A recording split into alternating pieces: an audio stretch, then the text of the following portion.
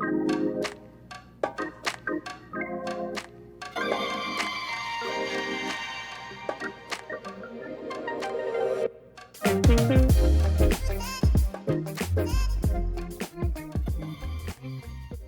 everyone, this is Mira. This is Ankit. Welcome to Leaving Footprints, where we talk to individuals about their careers and how they got to where they are today. Ankit, would you like to introduce our guests? Yeah, so I'm extremely excited about today's episode. For today, we don't have just one guest, but we have two guests who also happen to be two of my best friends, Suchita Gupta and Muizz Jivani. We all met during undergraduate at UCI and graduated as class of 2020. And we're also part of the dance team on campus, Zamana, which I've spoken about before. Muizz, who goes by MJ, is currently a software engineer at Microsoft, whereas Suchita, who we call Suchi, is a software engineer at Salesforce. Both of them have wanted to pursue computer science since the beginning of undergrad, and they haven't changed our majors, unlike me and Mira, who've changed it quite a lot. And they both have different journeys getting to where they are now. I'm so proud of both of them for the work they've put in, and I'm extremely grateful to have such great friends in my life. And I'm excited to speak with them for their journeys and their careers now. So I think first and foremost, thank you for being here. Let's just start talking about why you guys wanted to go into the computer science field in the first place. As a kid, I was always fascinated by puzzles, and as I went through elementary school, junior high, high school, I knew that I really liked math and technology.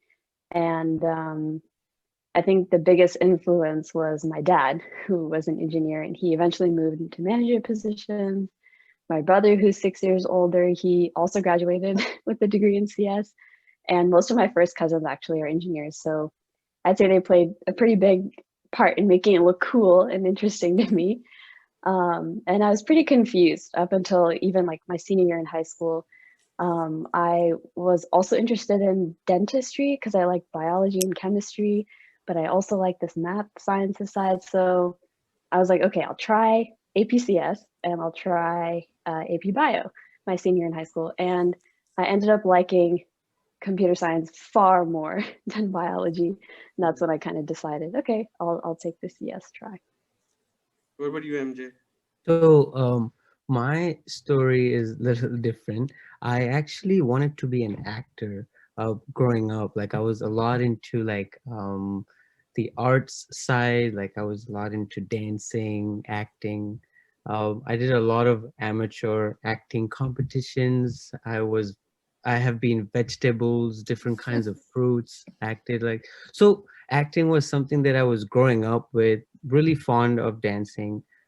So even in senior high school, when I transitioned, I came from India to the US. And again, after joining high school, I took drama, everything. Until senior year, I was confident that I want to go into acting. So when it was time to decide on when I was applying to universities, I was also doing this internship on that gave me exposure to like HTML and CSS, something about like how to make web pages. And that in a way fascinated me. I was like, okay, like this is something that it's cool. I can make the button however I want it to be, add like different kinds of animations to it. This was interesting. So because I was also applying for colleges, I'm like, you know what, like I want to do acting, but I also want something that can keep me interested. And I think computer science is something that majority like, it's like a saying that many Indians like we all do something in engineering or computer science. So my dad was also supportive. He was like, why don't you try it out? And fortunately I got into UCI with computer science. So that's how I got into computer science. And I think what it really interests me about it is there's so much to know about in computer science, like about coding. So it always keeps me fascinated. So that's how I got into computer science, and I stuck through to it. Yeah. That's really cool to hear that you were into acting. A follow-up question to that, do you still do acting or anything in the arts field? Yes. So after getting into UCI, I came across Zamana as one of like a really awesome Bollywood fusion dance team that I got to be part of. So that's how I did partake in dance competitions, and also I did this emceeing for certain Indian events as well. So that's how I kept my Bollywood side bubble like going on. But I've been really a lot invested in the CS side, Yeah, that's really and cool. it's still so there's a balance, but it's now more coding. Yeah. There's still videos of all the like MC events which is done on YouTube on the Indian Subcontinental Club of UCI channel. You can probably check those out there. So yeah, Mira, you want to continue? Yeah, I was gonna say, so you mentioned kind of, sorry, you mentioned how your family and your cousins and everybody's kind of in engineering and computer science. Can you elaborate a little bit more on that and how like you've had significant influences and inspiration from your family into going into this field? Yeah, they definitely, didn't force me in any way, but they would talk so passionately about technology and computer science. I've even had like some of like you, Ankit and MJ have like been over to my house, and we have a Tesla at home, and my dad talks like super passionately when he shows all of its features, and he tries to like know all the nitty-gritty details, like this is happening because of this software update or this code they would have changed, et cetera, et cetera. So when you grow up in an environment like that where all of your family members are kind of talking about technology almost every day, you're kind of influenced to think in that way. And I think that's why I enjoyed math so much and CS when I finally got into it. And we would go to these like tech museums that's in San Jose, or like this computer history museum, which I would get super bored at as a kid. But I think over the years I've learned to appreciate how technology and computers were made in the beginning and how we've evolved so much since then. It's really fascinating. Do you think so with having kind of your family back there, was it a little bit easier for you to understand going into the field, like the way to think? It seems like it would be helpful that way. Yeah, I think so. Like how to approach a problem is probably the most useful place it's been applied. Yeah. And then MJ, how about you with your like any significant inspirations or influences in your life? You kind of mentioned about your family a little bit, I think.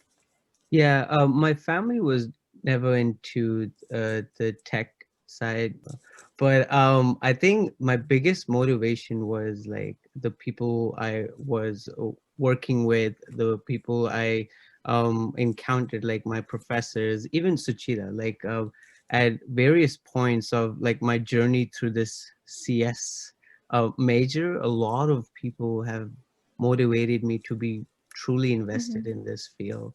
And from the beginning, I'll admit, like I didn't have like a clear understanding of like how to approach certain problems, like that mindset. So it did take me time to get at that, but I'm so fortunate, like I had the right people along the way, the right major, the right university, and opportunities that I think nudged me in the right direction and got me to where I am today. So it works out.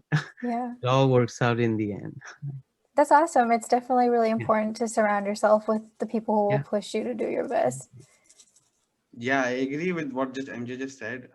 Both of them have like extremely hard working like work ethics, and especially during like, so Suchi was on Zamana for all 4 years pretty much. Like she was manager in the fourth year, and then like I even MJ in the first year. When we were all like freshmen, we were just thrown into this like extremely busy work environment. I think just keeping ourselves motivated, just being around like both of them, they both are really passionate about both dance as well as like doing well in school, which turned out like really good in their favor as well. And I think incorporating that into my own work ethic was also something which was I kept it in mind entire, like when I was, because I didn't do Zamana my first year. I did Zamana from like my second year onwards. So kind of when I was like, tackling the same issues what they already did before, it kind of just helped to like see, okay, they did this and they did that, and that kind of helped me a lot that time as well. But I'll add to that, I don't know how Ankit and Suchita did for so many years. That's it really takes a lot of hard work and dedication and props to them. And Ankit was very supportive, like regardless if he was on the team or off, he was Yeah. always helping, and yeah, very positive. True. First year was that the first year. So I got into the team, but I had to. I unfortunately couldn't continue because I injured my leg in the first Oh week no. of practice, because of which I couldn't pursue it further. But I think I joined for the second year and I stayed with till the last year of college. So now we were talking about your guys' journey to like computer science and stuff. You guys both interned at the respective companies which you're working at right now. Like first, you guys interned there first, and then kind of converted that to a full-time job eventually. Um, that doesn't happen all the time. Like, what approach did you guys take when you guys were actually interning there, and what advice you might have for people who are trying to convert their internship into a full-time job? So previously, when I was interviewing, I heard about like there are these career fairs at universities that students go to give their resume to the companies then interested in, and then they hopefully get opportunities moving forward. I was really daunted by that process, like especially being a first-gen student, a first-gen college student with no CS experience. I was like, I don't think I can even step into that fair, the job fair, but I can try something similar. Like I can reach out to maybe recruiters directly at the company rather than going to the job fair. And LinkedIn, oh, I was fortunate to get my LinkedIn set up before getting into university. So I think that really gave me that nudge to reach out to the right people, and I heard back. And one of the recruiters was from Microsoft, and I told her I'm really interested in getting more exposure into this field, and especially me coming from a non-CS background, I think really gave me more opportunity to grow in this. So that's how I got this opportunity. I went through the interviewing process, and my first internship was awesome. I had really cool, thought-provoking mentors who really gave me a good exposure to what the expectations are like, the dedications you need to have, this I would say this hunger to learn more, to keep learning. I think these are the things I got out of my first internship, and that has kept me intact, invested in this field from that point on. So I think it was truly an amazing work experience interning there. Yeah, I think I had a very similar feeling of like being super overwhelmed by the career fairs, especially the first couple of years where in the back of your head, you know, right? It says they want a junior level or senior level, college student. And you're kind of like, oh, I don't have all this experience under my belt. Have I taken the right courses that are required for this job? And I guess through the internship experience, you realize that, yeah, it's all about learning, that like MJ said, as long as you have that hunger to keep learning, different programming languages, the different technologies your team uses, it all adds up. And eventually you'll come out of every internship, like learning something completely new and hopefully feeling proud of, the project that you worked on and what you contributed towards. And yeah, I would say like, during your internship, like any advice that I would give would be like, try to build connections also, not just within your team, but also try to go out to any of the exec speaker series that they have. You can meet an executive, that would be amazing. That's pretty hard, but to get on their radar, like at Salesforce, we had an option to set up coffee chats. So I would like meet with other managers or even just other interns on other teams and learn about what they were working on. And just form those connections, because you never know when in the future you may reach out to them and connect with them. Agreed. Yeah, that's really good advice with being open to connecting to others, because it helps with even just knowing people like personally and then also professionally, so that's really good. I was going to ask, since both of you are employed by some very prestigious companies, do you have advice or like even like walking through the interview process for anybody who's listening who's interested in applying to either Microsoft or Salesforce? I don't have like specifically for this company any advice. I remember doing feels like so long ago. I remember doing a lot of LeetCode code problems. I recoded some of my like school projects, just reviewed those. But as long as you walk through your thought process as you're trying to solve the coding challenges, that's good.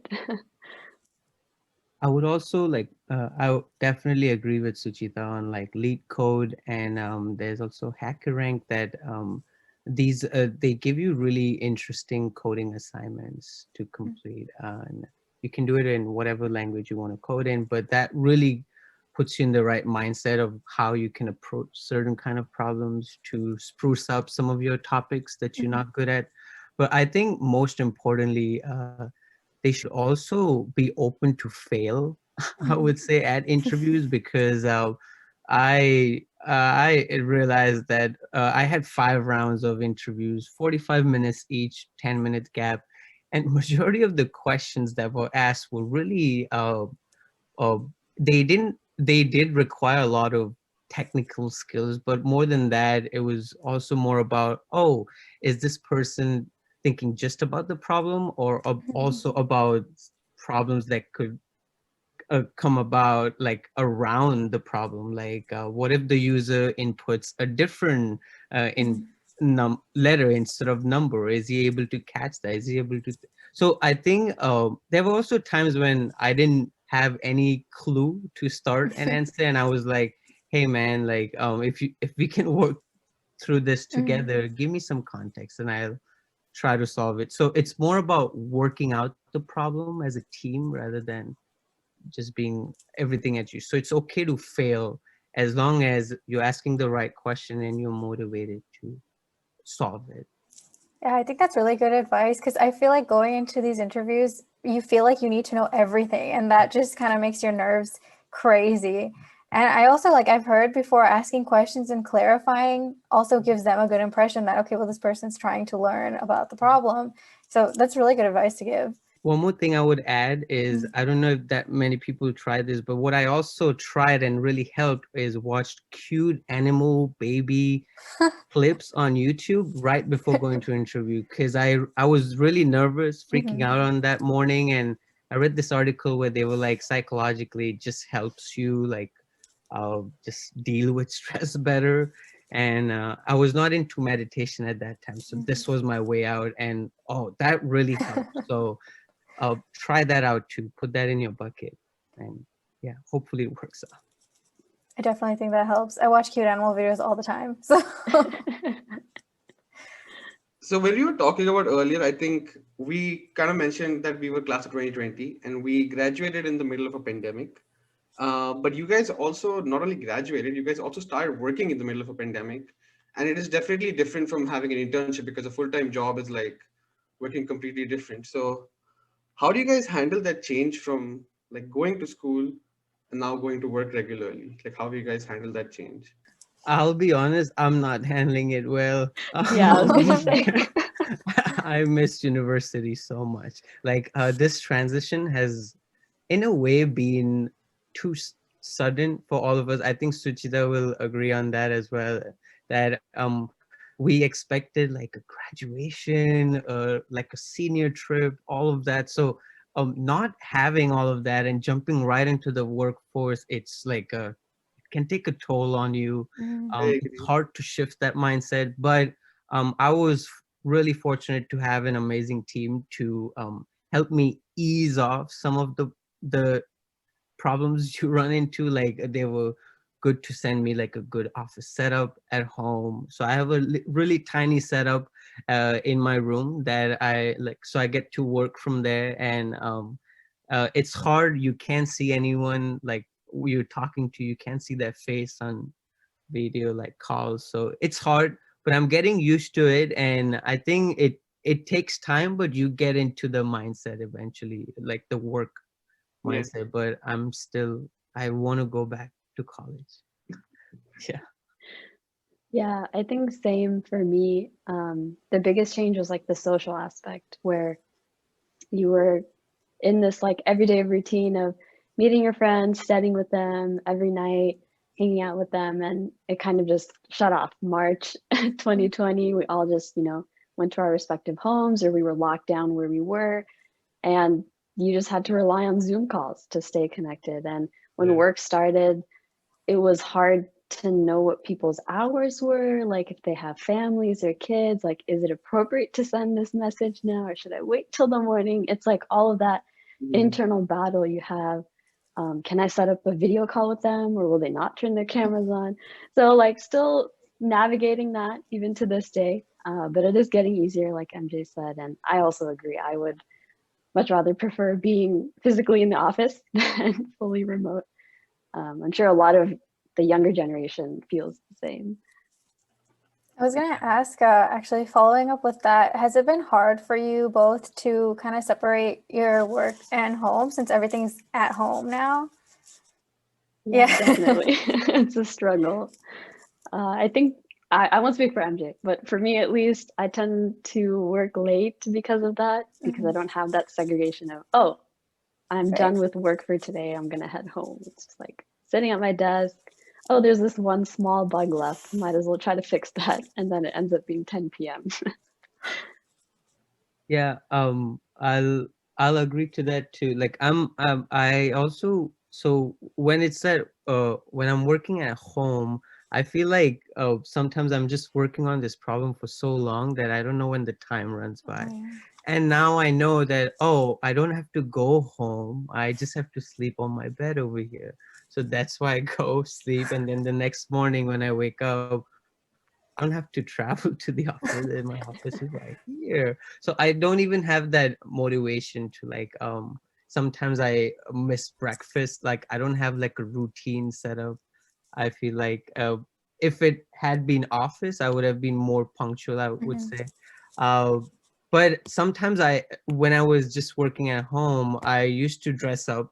I used to get in that just to get in the right mindset of working. But after I mentioned before we started this interview that I had an outage experience, and because of that, I got to go to my office as well to work there.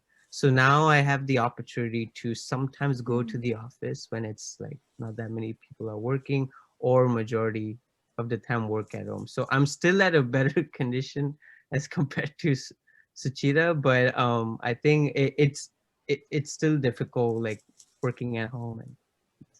Yeah, I totally understood when you said the day just goes by, because I just stay at my desk all day and study, and I like miss the sunset and it's like dark and I'm just like, what happened? So it's definitely frustrating. Yeah, something which personally has kept me like kind of sane during the like all this pandemic and everything is that because so we had a Vrunda a few episodes back, and then me, Vrunda, and Suchi and MJ, we usually just like have regular game nights, and we just like kind of keep each other engaged and kind of just like talk to each other about how our day is going and stuff. And I know MJ has been practicing a lot of meditation, and Suchi still goes to her Kathak classes, which are now virtual. So can you guys just talk about like other things which you've been doing other than work right now, even with the pandemic on? So yeah, as you mentioned, to get a break from work and to de-stress, I have Indian classical dance classes. It's Kathak classes every Tuesday and Saturday. So that really helps, especially Tuesdays, like right after work. It gives me that cutoff to be like, okay, 5:30, you're done with work, you got to change and practice for dance. I've also gotten into crocheting a lot during quarantine. I've been reading a lot more. I've always hated reading, so now I'm rebuilding that skill. And cooking a lot more with my mom, which is added to family time. That's been nice. Yeah, I also have started incorporating few activities in my day-to-day life. One of which is, as Ankit mentioned, meditation. I I do it 10 minutes. I try to do it almost every day, and it's been super helpful in keeping yourself more, I would say, patient. It gives me a lot of patience, a lot of motivation to get to work in a much energetic way rather than in a sluggish way. So I think meditation has been really empowering and helping me get through my day-to-day activities. One more thing that has also helped me is hiking. Seattle is known for some of its great like hiking trails, and there are many few small hiking trails right next to where I live. So I sometimes wear my mask and just go on a quick 20-30 minute hike, or an hour or two. It can go as long as you want. So I do that, and it keeps me energetic, motivated, and yeah, it keeps me going that way. So what advice would you have for people like kind of beginning to apply for jobs and like for internships and jobs in the tech field based on like something advice which you must have gotten or some experience which you might have? Um, what I would suggest is, like I said earlier, it's okay to fail. And when I say fail, not only like in maybe like answering a question in an interview, but also fail in getting your application to the next level. Because if one door closes, another door will open up. Uh, Okay. so I would say keep applying, keep sprucing up your skills. There shouldn't, especially in the tech field, there's never a day when you'll feel as if you've learned everything. No, there's always something more you can learn. So always be in the right mindset of like learning, regardless or not, you get the opportunity you want. So keep applying, keep learning, and I would say keep seeking advice. Like don't hesitate to reach out to people. Use LinkedIn, use Facebook, Instagram, whatever it takes to get to, let's say, your mentor or someone that who can really nudge you to the right direction. If you know you can get help, get it. Do not hesitate. And because of pandemic, many resources are now available for free to everyone. So make use of any resources you come across. You never know, that resource might be the one that will get you your next job. So like, just go for it. Don't worry about failing. Yeah, that's all I would say. Yeah, to piggyback off of the failure situation, like maybe like failing is not even the right word. It's like it's really situational, right? When you apply to a company, what they're specifically looking for in a candidate, you may not just happen to match those, which is not anyone's fault. It's very circumstantial. So yeah, try not to get too bogged down by each rejection that you get. Keep at it. Start early as possible. There's never a time where people are not looking for hiring, so keep at it. And yeah, surround yourself with people. Like if you need to practice coding interviews, even with a non-technical person, it can really help build your communication skills. Yeah, that was really good advice from both of you. Thank you so much for sharing everything today. Just wondering where our listeners can find you guys, both of you. I think usually like LinkedIn or Instagram or anything like that, if you want to share. Yeah, they can LinkedIn, Facebook, not Instagram at all, but LinkedIn definitely, Facebook too. They can reach out to me. Yeah, same for me. LinkedIn, Instagram, Facebook. Okay, for sure. We'll be sure to link those into the bios for these podcasts. But yeah, thank you guys both for being here. You guys already know that I'm extremely proud of both of you for like everything you guys have been doing. I think, as I said earlier, the pandemic, a lot of the things which has kept me sane is talking to you guys regularly, and I'm really fortunate to have friends like you and Brenda to kind of just like keep me self motivated. But yeah, thank you guys for listening.